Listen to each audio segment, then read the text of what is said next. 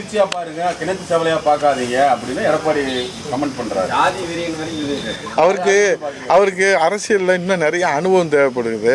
அவர் எப்போதும் போல், நானும் அந்த பேட்டியெல்லாம் பார்த்தேன், அவர் எப்போதும் போல் தன்னுடைய பாணியில் அவர் குற்றமுள்ள மனசு குறுகுறுக்குதுன்ற மாதிரி அவர் எந்த கருணாநிதியினுடைய கட்சியை வந்து அழிக்கணும், அண்ணாவுடைய கட்சியை அழிக்கணும், வந்து ஸ்டாலினை அழிக்கணும்னு சொன்னவர் கருணாநிதி நினைவிடத்தில் போய் கூப்பிட்டுக்கிட்டு இருக்கிறாரு. அப்போ அதை தமிழ்நாட்டு மக்கள் எப்படி பார்ப்பாங்கன்னு எதிர்கட்சி தலைவர் கேட்குறது குற்றமுள்ள நெஞ்சு குறுகுறுக்குது. அவருடைய வார்த்தைகளுக்கு வந்து இன்னும் கொஞ்சம் அனுபவம் அவருக்கு தேவைப்படுது. ஏன்னா தமிழ்நாட்டினுடைய நிலவரம் தெரியல, தமிழ்நாட்டினுடைய கலவரமும் அவருக்கு தெரியல. அதனால் அண்ணாமலையுடைய வந்து வார்த்தைகள் வந்து வெளிப்படுவது வந்து அவருடைய அனுபவ குறைவை காட்டுகிறது, அவருடைய அரசியல் அனுபவம் இன்மை காட்டுகிறது, தமிழ்நாட்டினுடைய அரசியல் புரிதலை காட்டுகிறது. அண்ணா, கலைஞர் கருணாநிதி ஐயாவுக்கு கும்பிடு போடுவது தப்பு இல்லைண்ணே, ஒருத்தர் காலில் விழுறது தானே தப்பு. ஆர்பி உதயகுமார் ஐயாவுடைய சரித்திரத்தை நான் சொல்கிறேன். சசிகலாமா பக்கத்தில் இப்படி நிற்பார். சசிகலாமா அப்படி நின்னாங்கன்னா, நல்லா படம் பிடிச்சிக்கங்கண்ணே, சசிகலாமா அப்படி நின்னாங்கன்னா அப்படியே 3 அடிக்கு முன்னாடி இப்படி நிற்பார். அந்த ஃபோட்டோ வீடியோ நான் காட்டுறேன். இப்படி நிற்பார். அப்படி பேசினா கூட அந்த வார்த்தை அதிகமாக வந்துடக்கூடாதாம். காலில் போய் விழுவாங்க. அதை விட 5 முறை முதலமைச்சராக இருந்தவர்.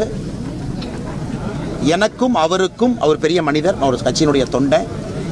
சித்தாந்த ரீதியில் எங்களுடைய கட்சிக்கு நிறைய வித்தியாசங்கள் இருந்தாலும் தமிழகத்திற்கு அவர் செய்திருக்கக்கூடிய பணிக்காக ஒரு சாதாரண ஒரு விவசாயி மகனாக இருக்கக்கூடிய அண்ணாமலை போய் அவருடைய மெமோரியலில் ஒரு கும்பிடு போட்டு வரணும்னு நினச்சா நான் அதை பெருமையாக தானே பார்க்குறேன். நான் அதை சிறுமையாக பார்க்கல.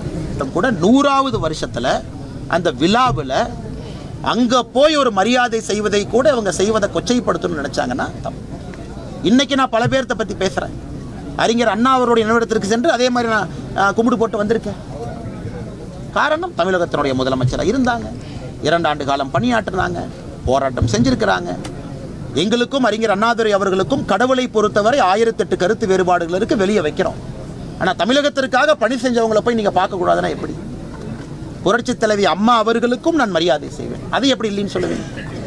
புரட்சி தலைவர் டாக்டர் எம்ஜிஆர் அவர்களை பற்றி சொல்லவே வேண்டாம், ஒரு மகான். இன்னைக்கு தமிழகத்தில் இதையெல்லாம் ஒரு குற்றமாக அண்ணன் ஆர்பி உதயகுமார் அவர்கள் வந்து பத்திரிகையாளர் சந்திப்பில் போய் கும்பிடு போட்டாரு அப்படின்லாம் சொன்னாங்கன்னா நான் என்ன சொல்கிறேன்னு தெரியல. காலில் விழுகலை, இப்படி பேசலை, கூனி குறுகி நிற்கலை, 3 அடி தள்ளி நிற்கலை, கம்பீரமாக நடந்து போய் கம்பீரமாக 6 அடி இருக்கக்கூடிய நான் முதுகெலும்பு வளையாமல் வணக்கம் செலுத்தி விட்டு வந்திருக்கின்றேன். அதற்கு நான் பெருமைப்படுறேன். அதுக்கு நான் பெருமை பண்ணீங்க. செய்திகளை உடனுக்குடனும் துல்லியமாகவும் தெரிந்து கொள்ள சப்ஸ்கிரைப் பண்ணுங்க.